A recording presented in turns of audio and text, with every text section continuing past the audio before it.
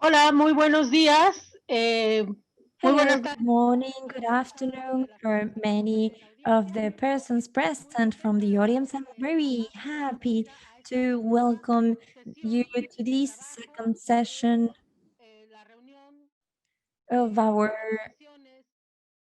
meeting of organizations that protect the rights, copyrights in Latin America, organized by the International Authors Forum. Before welcoming and giving the floor to John Deegan, President Chair of the forum, I would like to give you some recommendations so you can use Zoom correctly. I remind you that we have simultaneous interpretation. This session will be in English and Spanish. If you want to listen to another language, at the bottom of your screen, you will find the icon that will let you choose the language. We suggest you lower the volume of the original, you mute the original audio so you can listen to our interpreters. The second recommendation is that we are recording this session, thus please keep your microphones muted. Finally, if there's any question from the audience, at the bottom of your screen, you will find the Q&A option where you can ask your question. Please write your name at the beginning of the question, and if that question is for someone in particular in our panel. Without further ado, I welcome you and I will now give the floor to John Deegan. It's a pleasure to have him here in spite of the cold and the situation over there. Welcome to Latin America. Thank you so much, Fernanda. Quickly, just apologize in advance. There seems to be some construction going on in the apartment above me, so there might be a little bit of noise while I'm going through this. But hola, everyone. It's lovely to see you all. My name is John Deegan, and I'm chair of the International Authors Forum. But I'm also executive director of the Writers Union of Canada, and I'm an author myself as well in Canada. So I'm speaking to you from my home here in Toronto, where today we're experiencing our first big winter snowstorm. So it's wonderful actually to be inside and speaking to all of you. I wish we could all be in the same room, somewhere fabulous, somewhere warm for this discussion, but this obviously is the new reality for everyone, for the time being anyway. We've had a very busy 2020 so far at the International Authors Forum, making sure that authors are present in those rooms where our rights are discussed and debated. We did that just last month at the World Intellectual Property Organization in Geneva. Those were remote meetings, obviously, but we were present for that during their copyright meetings. Specific to Latin America, we're doing these kinds of things. The IAF is helping author organizations put together online events to discuss specific issues of the sector. And some of those issues include copyright protection in Mexico, for instance, ebooks and technology, the rise of self-publishing, distribution of ebooks, etc. We're working to help author organizations in Latin America further develop and contribute in fruitful debate to tackle the unique issues and problems for this geographical area. We want to act, the IAF does, as a convener. We want to bring together organizations in Latin America to enhance your professional and personal relationships. Another specific goal is to have an event during the Guadalajara Book Fair in 2021, if possible, if that goes off in person, and to utilize the appointment of Guadalajara as the 2022 World Book Capital to establish a plan of action to engage with more authors and author organizations in the region. Finally, we've been making a special push this year to highlight the importance of public lending rights systems worldwide. Obviously, we would love to see PLR systems take hold throughout this region as well. So like Fernanda was saying, I look forward to today's discussion. I'm thrilled to see all of you. I'm going to sit back and listen, and I'll hand it back to Fernanda. Muchas gracias, John. Y sin duda. Thank you, John. And without any doubt, there are a lot of things to do next year. Thank you to the information that we've been able to collect in 2020. I would like to welcome and to give the floor to Alejandra Jorge, President of FIT Latam, that is the International Federation of Translators, and she will be the moderator of our first panel. Welcome, Alejandra.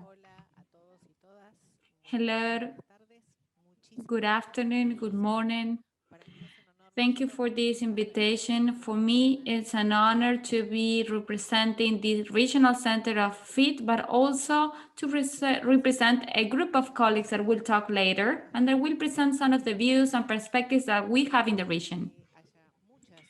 The goal is to have several meetings of the IAF in which we can participate and that other countries are able to join.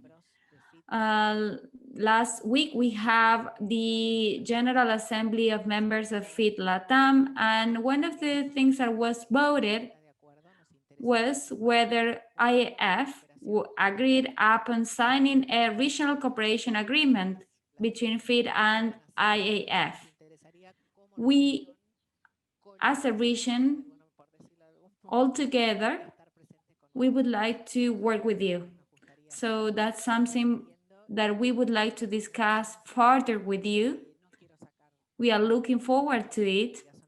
So I don't want to take more time up. So I will give the floor to the first speaker that represents the associations, and the general topic of this panel is what is the role of professional associations to defend the rights of authors and copyright. And the first speaker is Diego. He will talk about subsidiary rights and intellectual properties, self-management, publishers, and agents. Diego, welcome. Thank you for being here today. I will give you the floor. First, good morning and good afternoon to everybody. This is the first time that I'm part of these type of forums. So I hope I'm not repeating myself because there might be some things that you know a lot about. So please be patient because these are just the conclusions that I have drawn after working as a comic writer for many years. I'm representing the ADA. I'm working from Buenos Aires, from my home. And what I would like to say today, I would like to talk about the impressions that I have after signing contracts with several countries. I have had the opportunity to work for the United States, for France, Brazil, Spain, South America, and many countries. So I have a comprehensive perspective regarding contracts and copyright, depending on the country. And there is a trend that I have seen, that is how these contracts and agreements have changed over time. Everything that has to do with subsidiary rights and the rights of sales to publishers. And those are the things that I would like to focus on, because many authors do not have the tools to evaluate these rights or to consider this right. I didn't have the tools at the beginning, and then I regret it. It's important to understand the difference between copyright and rights of authors, depending on the Anglo-Saxon legislation or the legislation of a Latin legislation country like Spain or France. We need to be able to separate this, but those distinctions and the definitions sometimes are not okay. Even the Spanish Royal Academy has wrong definitions for those terms. And those are things that I realized after signing the contracts. And the change that I've seen is that those clauses that were just clauses in a contract that could set the sale to third parties in other languages should be reserved to the original publisher of the book. For example, if you sign first a contract with a French publisher, that publisher had the right to sign other contracts with publishers around the world. And usually the time was 5 years. Over time, that clause became longer, 10 years or more. And right now, usually that clause extends to 70 years or 50 years. It depends on when the book or the work becomes of public domain. And the second clause that I would like to talk about is subsidiary rights, to see up to which extent the publisher reserves the rights to transform that work into a different format. After that, that clause became an appendix, and nowadays it's a different contract. Sometimes it's a bigger contract that has to do with the editing of the original work. And this is something that changed over time because works became intellectual property. So now works are considered in terms of intellectual property and not as works by themselves. And I think that that difference is very important because we need to take into consideration what we sell. If there are the rights of the work to be able to trade that work, we are selling the ownership. And we are moving towards that. But in Anglo-Saxon legislation, that was usually usual. And everything has to do with the defense of ownership of publishers. But in Europe, where rights of authors were a priority, they are now changing legislation to follow what is happening in the United States and other countries. So what is protected is the right to ownership or to property. And that is not a minor thing, because when we talk about the percentage over intellectual property, I remember that publishers usually requested 30 or 20%, as that were similar to the percentage required by agents. And their 30% became 50. And now they could even ask 90 or 95%. So they want to have full ownership. Sorry, Diego, to interrupt you. You have 3 or 4 minutes, so please, I will beg you to close your presentation. Just to close and to summarize, the issue is that emerging authors that have no bargaining skills cannot negotiate those contracts so as to avoid or to protect subsidiary rights. And if they don't have the skills to negotiate, they lose the rights of author and the copyright of their first books. And this is happening in Europe and in many other countries. That is something that we need to defend and we need to discuss and we have to do that in our organizations. Thank you, Diego. It's a very interesting issue, and also what it is required and what we need to do. It's very important in order to help young authors and creators. As you said, you made that mistake at the beginning. Thank you. And now I will give the floor to Mateo Cardona, that is the president of the Colombian associations of translators, terminologists, and interpreters. He will talk about the reforms made to the legislation to protect translator rights in Colombia. Mateo. Thank you, Alejandra. Please put your microphone closer. Thank you to the IAF for the invitation. Thank you, Alejandra, for the presentation. And especially thank you to the persons that are participating as audience interested in these topics. As Alejandra was saying, I am here on behalf of literary Colombian translators, but also on behalf of the colleagues of the region of Latin America.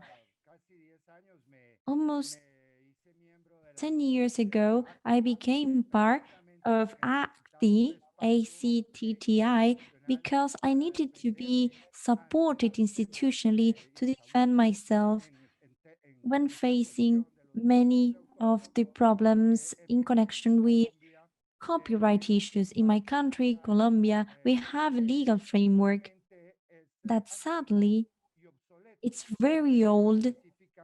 I'm speaking of Law 23082 regarding copyright. It's a legal framework that seems to be very respectful, but is not respected in practice.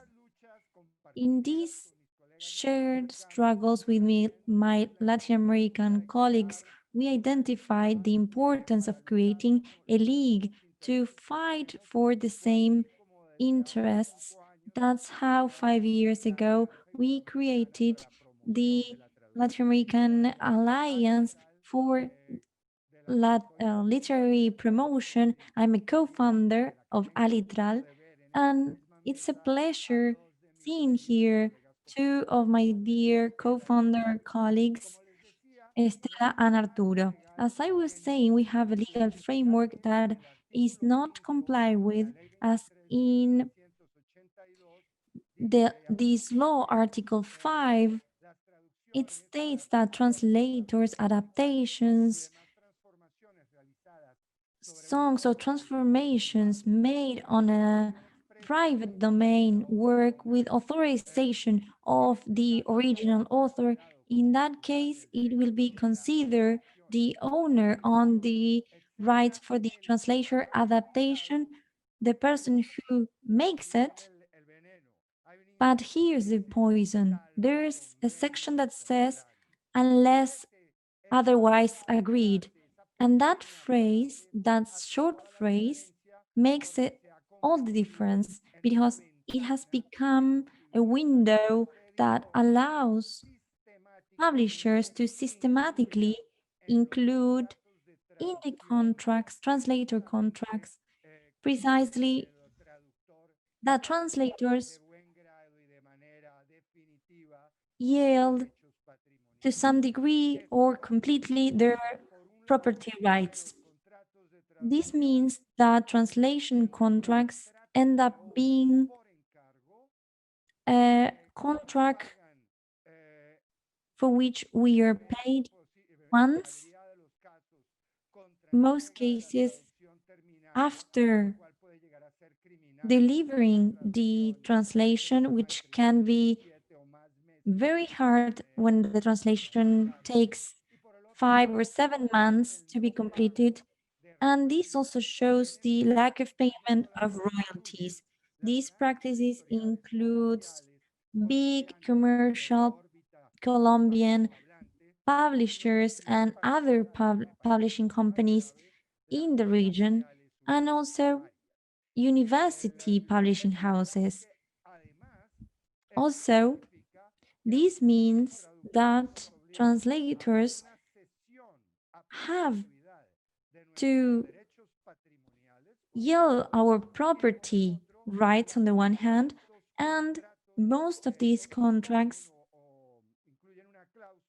include a clause in which the territory in which these rights can be used is unlimited. There are some publishing houses, university publishing houses, that say that the territory for yielding these rights is the universe.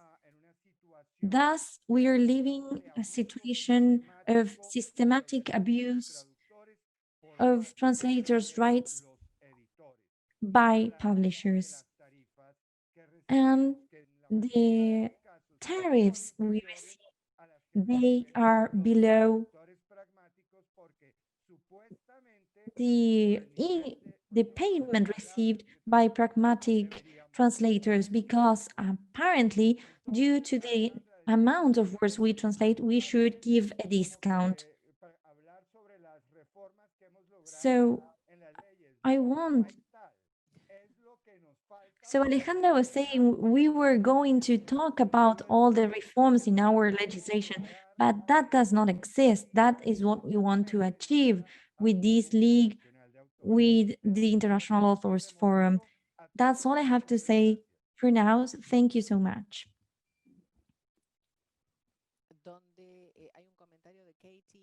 There is a comment made by Katie. She includes the link to the 10 principles that we had discussed in our previous sessions, the 10 principles that should be part of all contracts. That is a resource for authors all over the world to understand the terms of their contract. It's available in English, French, Spanish, and Italian. And thank you, Katie, for that.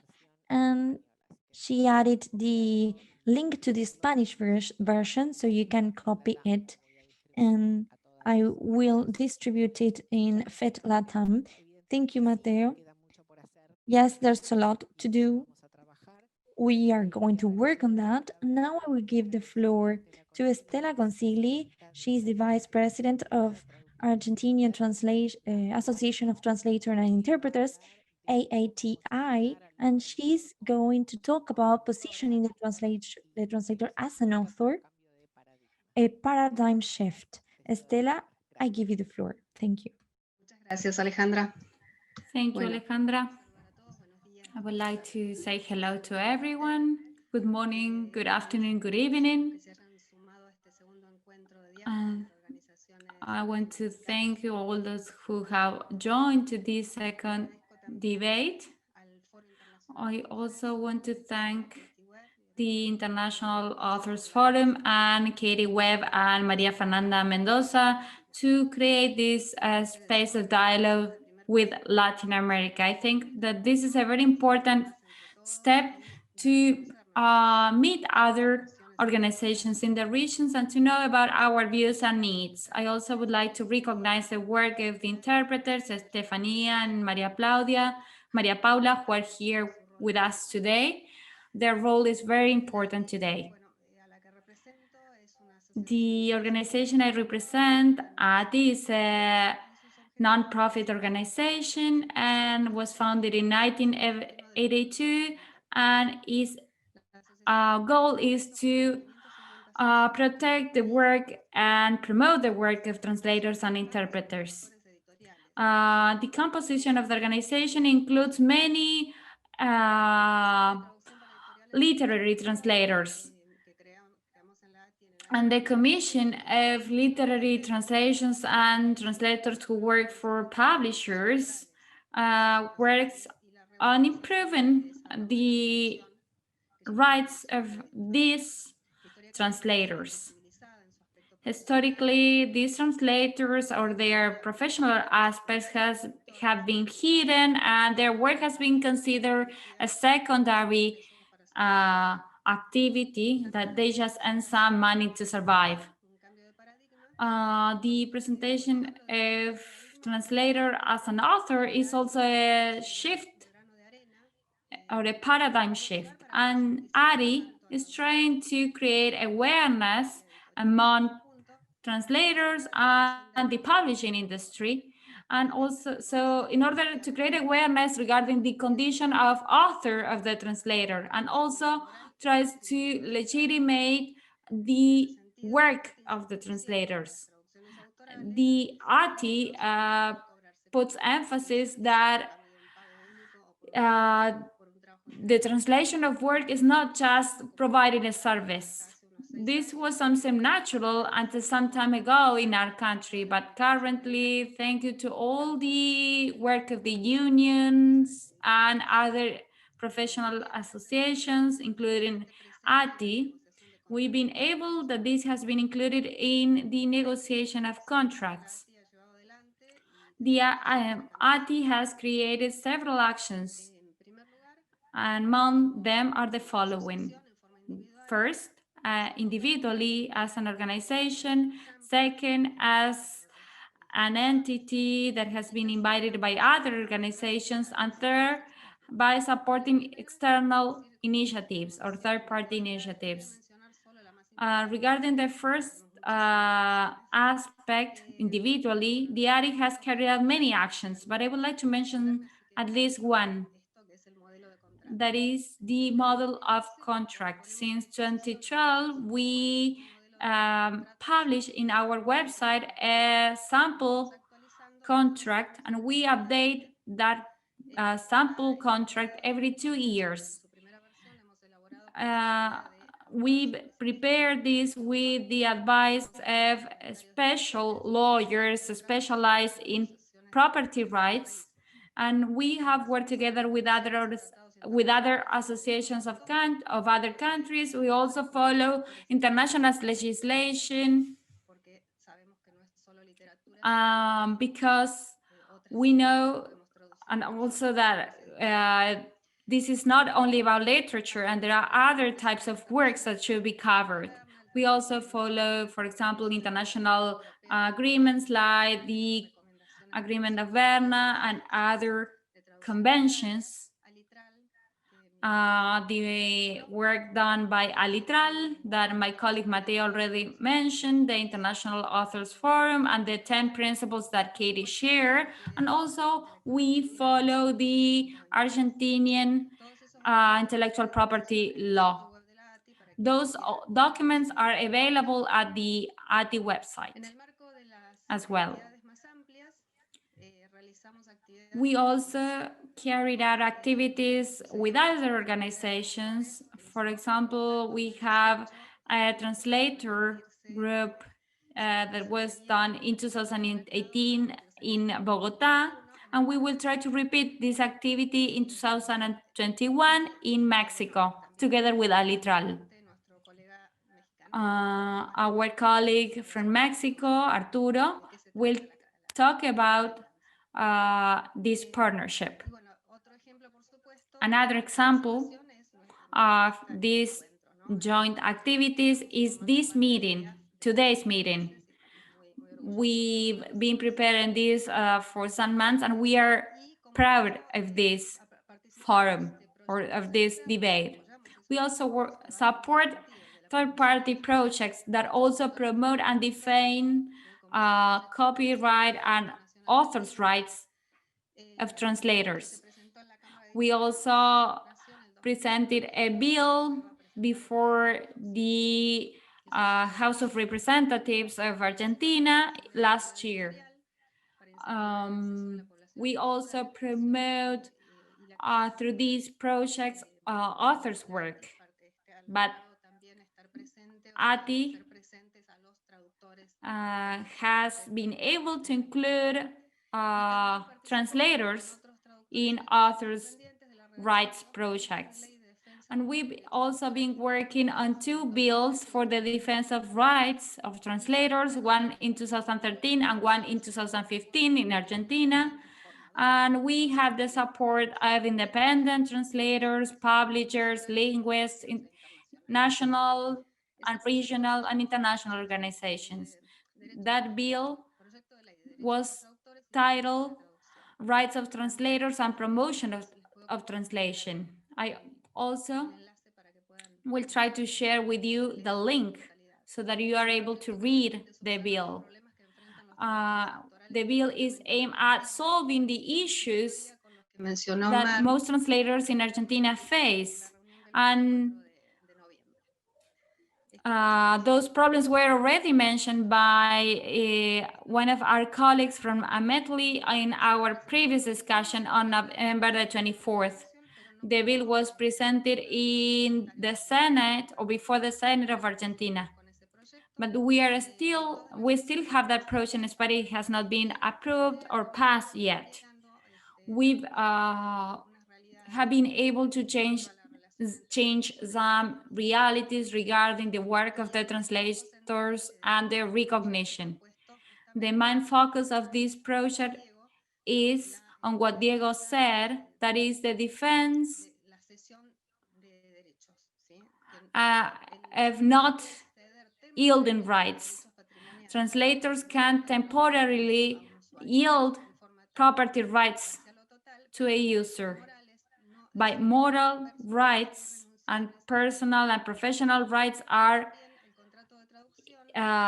inalienable, cannot be yielded. And therefore, the subsidiary rights time cannot be more than 10 years.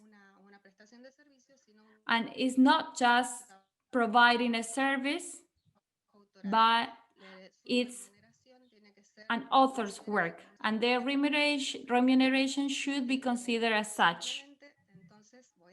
Simply, I will try to close. I just would like to say that the goal of this bill and also the Commission of Authors' Rights is to create awareness among readers and publishers and also among translators so that they know that the authors of the translated works and that they should be treated as such. Thank you very much. Thank you. And I know about those projects because I was part of ATI, I was one of the secretaries of ATI, and I remember how much we fought in order to present or submit the bill before the Senate. And we see that this is a problem that appears again and again. And also, I think that it's important to take into consideration the difference between property rights and copyright and author's rights, and also to consider the property rights of translators and the payment of royalties. So I congratulate for continuing promoting these rights. Now we'll give the floor to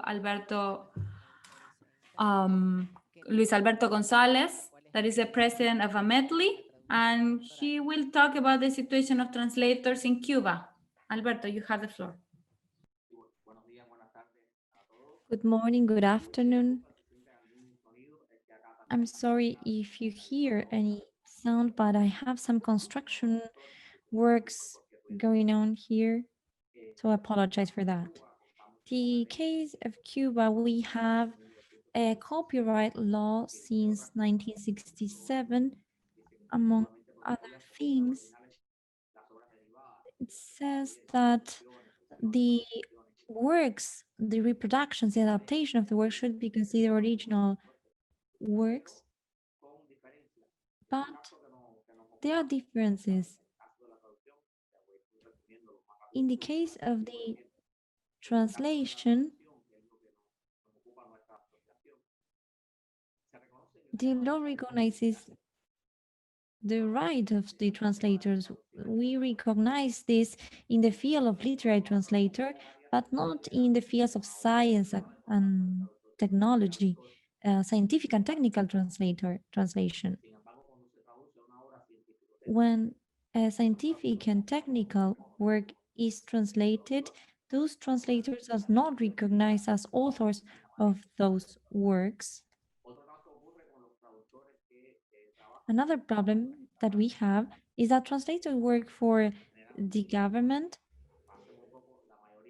In Cuba, most translators only work for the government. Now they have started working as independent translators. When you work for a public institution, what appears in the translation is the name of the institution, but not the name of the translators. I'm sorry to bother you, Luis Alberto, but can you come closer to the microphone, please? I was saying that the main problem that we have has to do with scientific technical translation. These translators are not recognized as authors, even when the law says otherwise. But publishing houses pay for their translation service, but they are not recognized as translators, as authors of their work. I was saying that almost all translators in Cuba work for the government, but some of them started working as freelancers recently. But when they translate their work, the institution is the author of the translation and not the translator. We're currently working on this because the law establishes otherwise.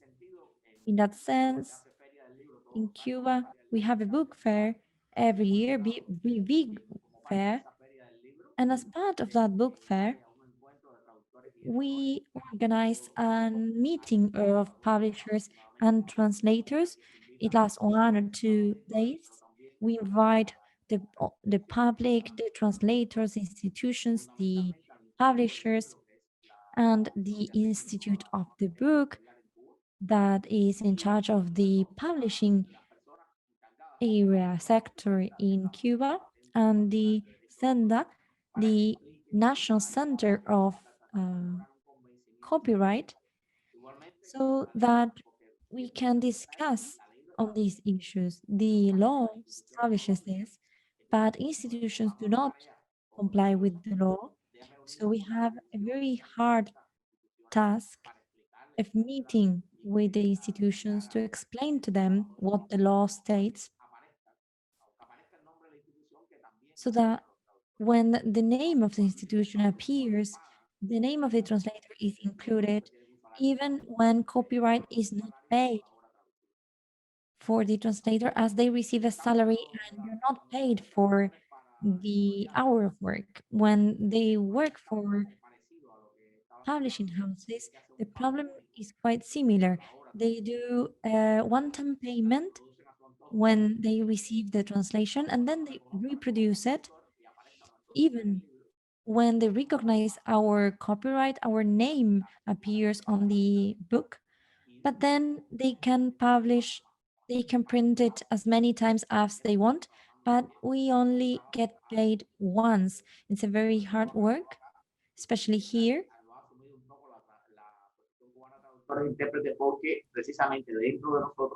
The Association of Cuban Translators and Interpreters also has worked hard this together with the organization of literary translators. We are still working to get the full respect of the law. Thank you, Luis Alberto. It seems that this is very common when the law exists is not applied, not complied with, and when there is no law, it seems they don't want to pass it. So translators have to keep on working together, learning from one another. In Cuba, the case is different than the case mentioned by Estela, so we can exchange information. I want to comment something to the audience and the speakers. Pay attention to the chat box, because the speakers are adding the links to the different articles I'm making reference to. And of course, this event will be recorded, but Mateo, Stella are copying important links. So if the other speakers have other links to share, you can do that in the chat box. I will now have the honor of presenting Marcelo Guerreri. He is going to talk about challenges in the construction of an association to improve the material conditions of the writer as a worker. Marcelo represents, is the president of the Union of Writers of Argentina. I will now give you the floor. Sean, Katie, Thank you, John, Katie, Maria Fernanda, the IAF, and also all the colleagues that are here today. It's an honor to be meeting each other, to think ourselves as a group that has similar interests and common interests, to share experiences. I would like to give you some context first. Before talking about authors' rights, I would like to talk about the role of authors' rights in a more general sense. The Union of Argentine Writers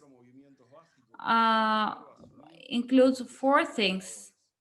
First, we need to consider ourselves as workers, and then as underpaid workers. Then also decided to work together, and then to face the challenges in the mid and long term. And among those challenges, authors' rights are included. When it comes to consider ourselves as workers, this is something that we've done in this union, and I think that this is the same in other organizations. And this consideration or this reasoning is important. Sometimes authors are considered just artists, and that's what we needed to say first. We are workers. Sometimes we were more connected as with artists, and that goes against us, and that's something that we need to work within each of our organizations. After considering ourselves as workers, we need to understand that we are underpaid workers. Many writers, as like many other workers, live by having multiple jobs. Sometimes we have different types of presentations, teaching, training, and also sometimes we do other jobs that have nothing to do with writing. And when we say that we are underpaid, it's because many of the jobs that we do are informal or are within the informal market. And this situation of having several jobs and being underpaid has to do with the conditions of work. And this has to do with the volume of sales of our books. And therefore, a writer is not able to survive. And also, it has to do with the conditions of payment or the method of payments, of the terms of payment of our work. Because if no books are sold, we are not paid.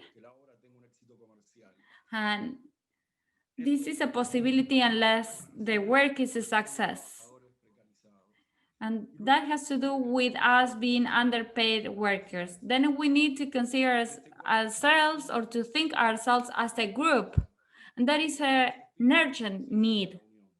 And that is the spirit of the organization. It's a political group in the larger sense of the world, of the word. We work together. We became a civil association last year. We voted an assembly and also a board.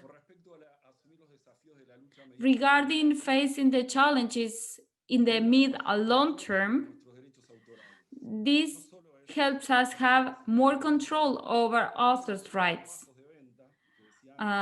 Together with the low volume of sales, there is no platform that allows us to know how many books we have sold. We depend on the willingness of publishers. And therefore, we need to be able to have traceability of the book to control how many copies we sold. And to this, we have the complexity of ebooks and other formats. And if the publishers cannot provide that traceability, the state should be able to do so.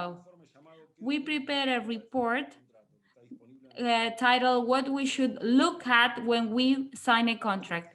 And that document is available on our website. Also, we should receive more subsidies and more assist aid to promote authors' work. This has to do with considering authors as workers, and a state should provide scholarships and subsidies for that. We are those who prepare or create the context of the publishing industry. We devote our time and we work in other jobs in order to be able to do that.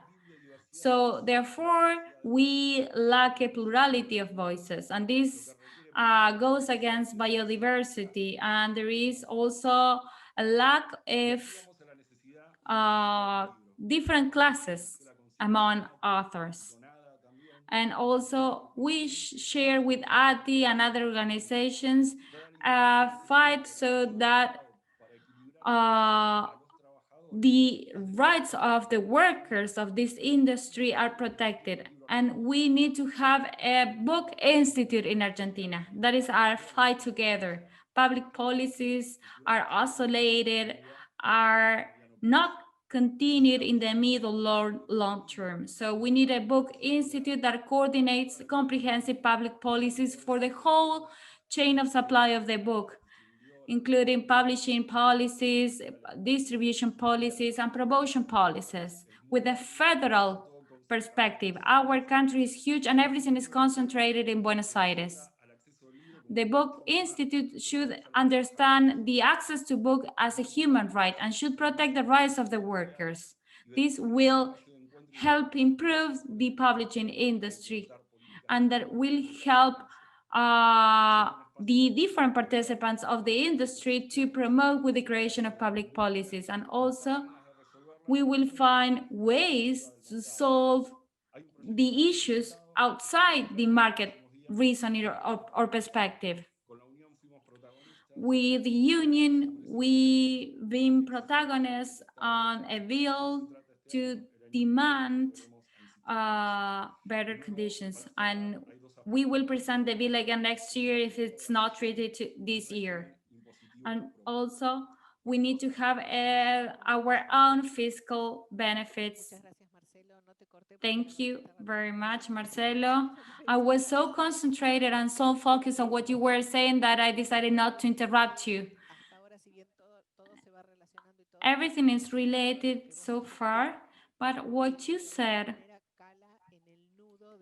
has to do with the center of creating a living, so that the author and the translator is able to live out of their production and does not have to have other jobs in order to survive.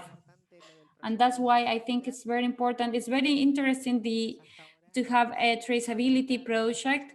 And we, in all the presentations, we see the absence of the state. They ignore the rights of translators and authors. Thank you very much.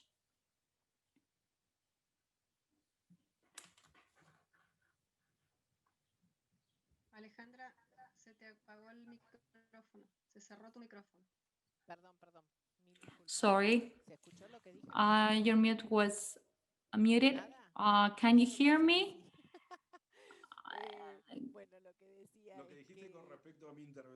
What you said regarding my intervention was okay, but then you were muted. So just this, the role of the state of doing and not doing, of passing the law or not enacting or not executing a law. So we have a lot of work to do. And now I have the honor to present Nicolas Schustedman, that is the director of the Visual Artists Association of Argentina. He will talk about the challenges for visual artists in Argentina. So Nicolas, welcome, you have the floor. Can you hear me? Okay. Hello. Hello, can you hear me? Yes, we can hear you. I'm sorry.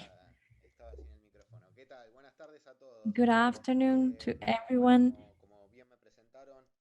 As they said, I am the executive director of the Civil Association SABA. Is the Argentine Association of Visual Artists to manage collective rights of artists in visual arts. I'm representing all the different associations of visual artists in this panel. Afterwards, Fabiana is going to speak from Brazil. She's going to speak about a topic that we can work on in the region, something we should start working together, the different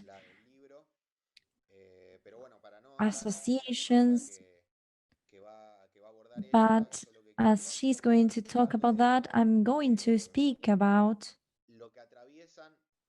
what all associations of visual artists face. We are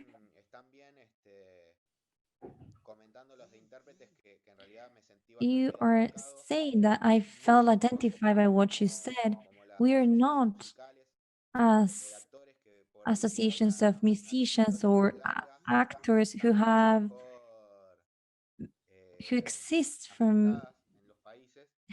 for a very long time in the different countries, and the ones who represent visual artists notice there is not a collective acknowledgement of the visual artist as an author who has rights for his works. There's a false idea, wrong idea of the public domain of visual artists' work, and this is what we want to change. The users sometimes commit crimes due to lack of information. So in order to manage better, we need to train society. We train artists about the rights and also the society as a whole. We see this through the users who commit these crimes due to lack of knowledge, lack of information. So we are working very hard in the visual arts field to create awareness, to raise awareness in the different sectors. I am the new executive director since February, and I put special emphasis on training lawyers so that they know more about copyright. It's a branch they are not aware of, and specifically to talk about the situation in Argentina, I want to tell you that we have a bill. I hope is not end up as the other bills that you mentioned. There was one attempt to legislate in 2015 that project lost its parliamentary status, but we presented again that project last year. The drawsweep, a 5 means that artists can get 5% of the resale price of their works. This is a right that is common worldwide, but there are many countries that have not implemented this right. This is the need for the artists to be able to participate in the resale price, because sometimes this is reflected on the works and they are running behind. Sometimes the works get a price, but the author does not see this reflected in the in the income he receives. So the person, the author, should be placed before the the work. That's why we want to legislate this right.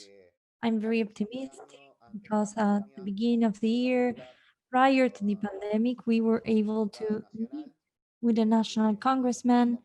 He showed his interest to carry on the project in the House of Representatives, but before that, it has to be discussed by the Senate.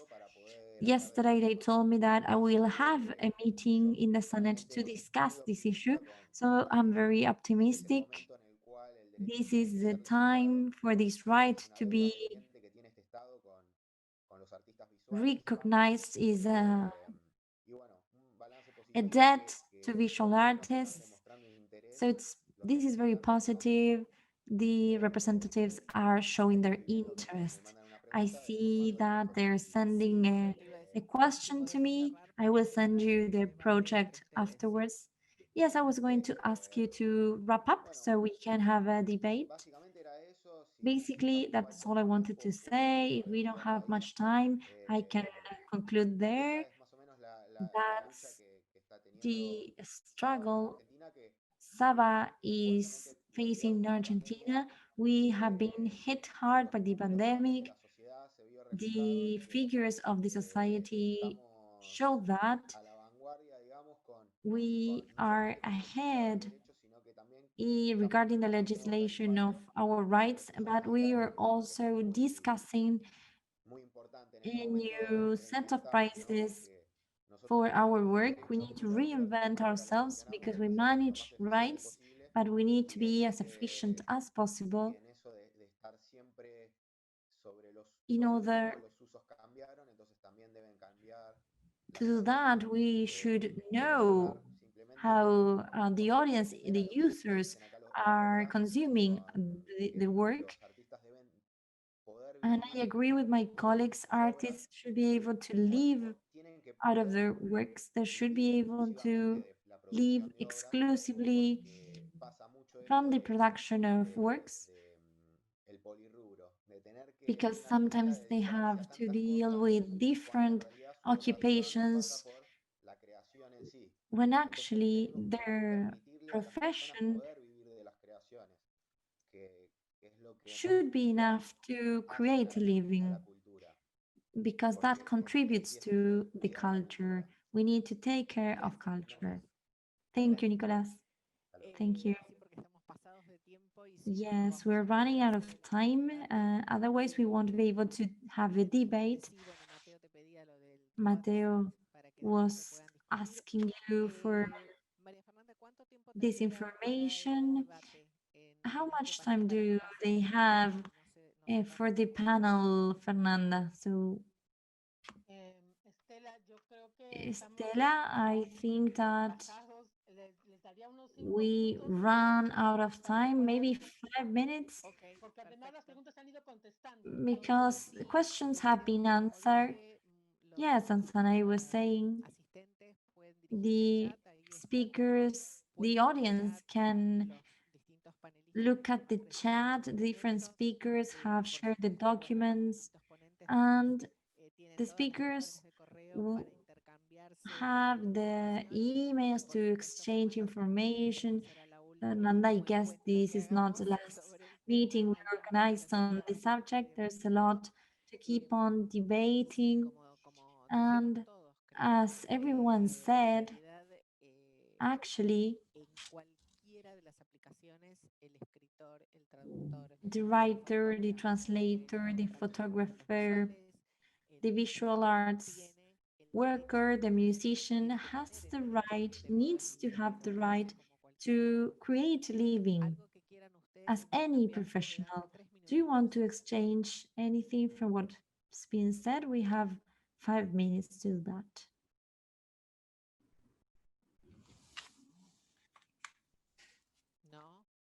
No? Okay.